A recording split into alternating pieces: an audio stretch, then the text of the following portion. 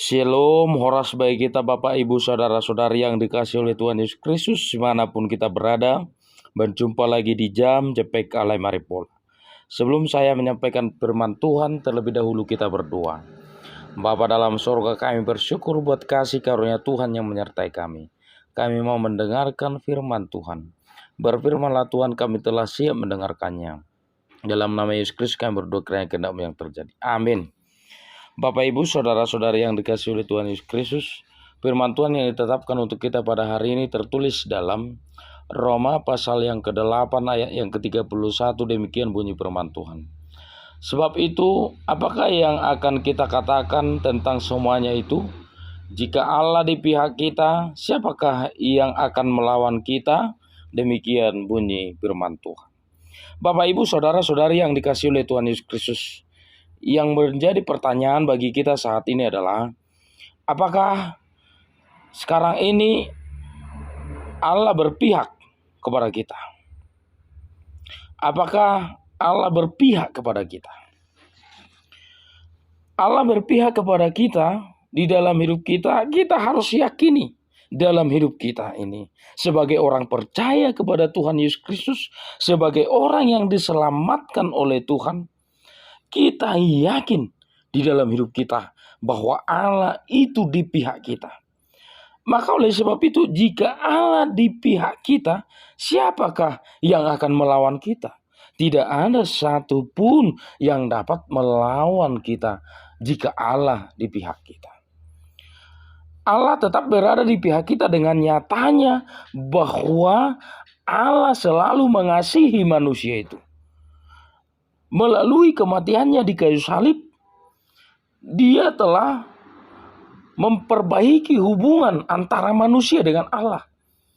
Melalui kematiannya di kayu salib menunjukkan betapa besar kasih-Nya kepada kita, sehingga tidak ada satupun yang dapat memisahkan kita dengan Allah.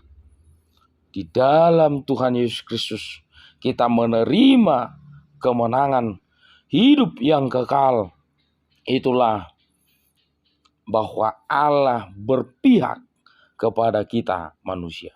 Oleh sebab itu, Bapak Ibu Saudara-saudari yang dikasihi oleh Tuhan Yesus Kristus, bagaimanakah kita sebagai orang yang diselamatkan oleh Tuhan di dalam hidup kita ini, meyakini Tuhan itu di dalam hidup kita dan memberikan totalitas hidup kita kepadanya, supaya Dia yang selalu mengatur jalan kehidupan kita.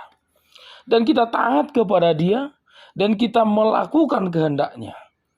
Kita yakini, kita lakukan kehendak Tuhan dalam hidup kita sebagai rasa syukur kita atas anugerah Tuhan yang menyelamatkan kita, yang selalu ada di pihak kita.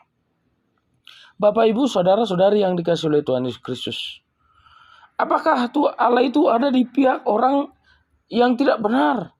Tentu tidak. Allah itu berpihak kepada orang yang melakukan kehendak-Nya. Tetapi Allah itu juga tidak mau manusia itu mati dalam kejahatannya. Tetapi Allah itu mau bahwa manusia yang sekarang berada di dalam kejahatan kembali ke jalan Tuhan. Kembali ke jalan Tuhan. Dan ingatlah bahwa Allah itu selalu berpihak kepada orang yang percaya kepadanya. Dan jika Allah berpihak karena Dia adalah yang maha kuasa, siapakah yang akan melawan kita? Tidak ada. Karena Allah satu-satunya yang maha kuasa yang kita andalkan dalam hidup kita. Tiada satu lawan kita. Oleh sebab itu, andalkanlah Tuhan dalam hidup kita. Dan ingatlah, Allah berpihak kepada kita. Maka lakukanlah kebenaran. Dan ingatlah, tidak ada satupun yang dapat melawan kita. Karena Allah berada di pihak kita. Tuhan Yesus memberkati kita. Kita berdoa. Kami bersyukur Tuhan buat firman Tuhan yang telah kami dengarkan. Biarlah firman Tuhan bertumbuh, berakar, berbuah dalam kehidupan kami.